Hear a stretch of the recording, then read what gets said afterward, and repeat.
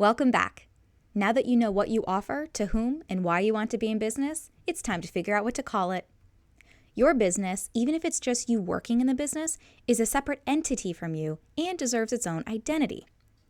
That identity could be your name, what you offer, but I find it more fun and more identifiable to come up with a completely different name. When I first started my business, I didn't want to go with Meg Brown Photography. That's so boring. Instead, I used my nickname, opting for Megabug Photography. Remember how I drive VW Bugs? Meg plus VW Bug equals Megabug. I'm well known for my bugs, so when I started my business, it was instantly recognizable by my community. I also loved how Megabug sounded similar to Shutterbug. It all came together.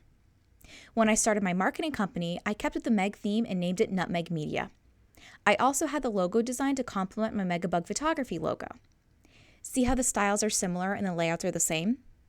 When thinking about your business name, it needs to make sense. Megabug Photography and Nutmeg Media made what those businesses offered clear. If your business name doesn't call out what you do, include a little explanation tagline. For example, Miss Megabug doesn't explain what I do at all.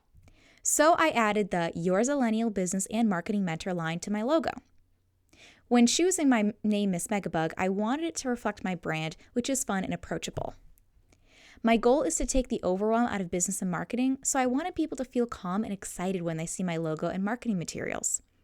Many solopreneurs tend to brand themselves after their name, but my name is so common. I live in a town of 6,000, and there's another Meg Brown who lives here.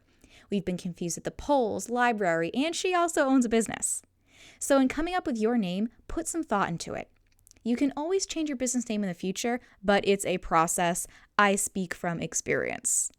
Not only do you have to update all of your records, you need to file a name change with your Secretary of State and change your EIN with the IRS, which literally took me 2 years to do. I've linked to a blog post about the time I lost it on an IRS agent back in the lesson page. Thankfully, I ended up switching CPAs and he filed my annual tax return under the new name, which did the trick. But trust me, you don't want to go through this process if you don't have to. It's easy to change your website, your branding, and even your offer. Not so easy to change your business name. So this is something I really want you to think about. I don't have a naming strategy to share, but what helped me was to put it out into the universe and let it come to me. I'm not kidding. This has worked for me every single time, and I've had multiple other businesses too that I've since closed. Your business name also builds brand awareness, which is why it was a smart idea for me to rebrand from Megabug Photography to Miss Megabug. The people who knew me as a photographer easily recognized the new name of my business.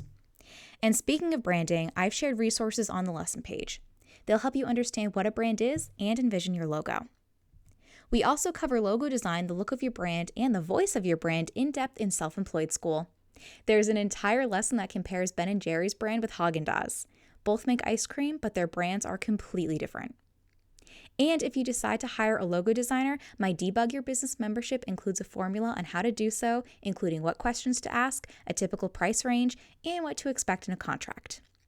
You can design your logo yourself, but do not do this on Canva.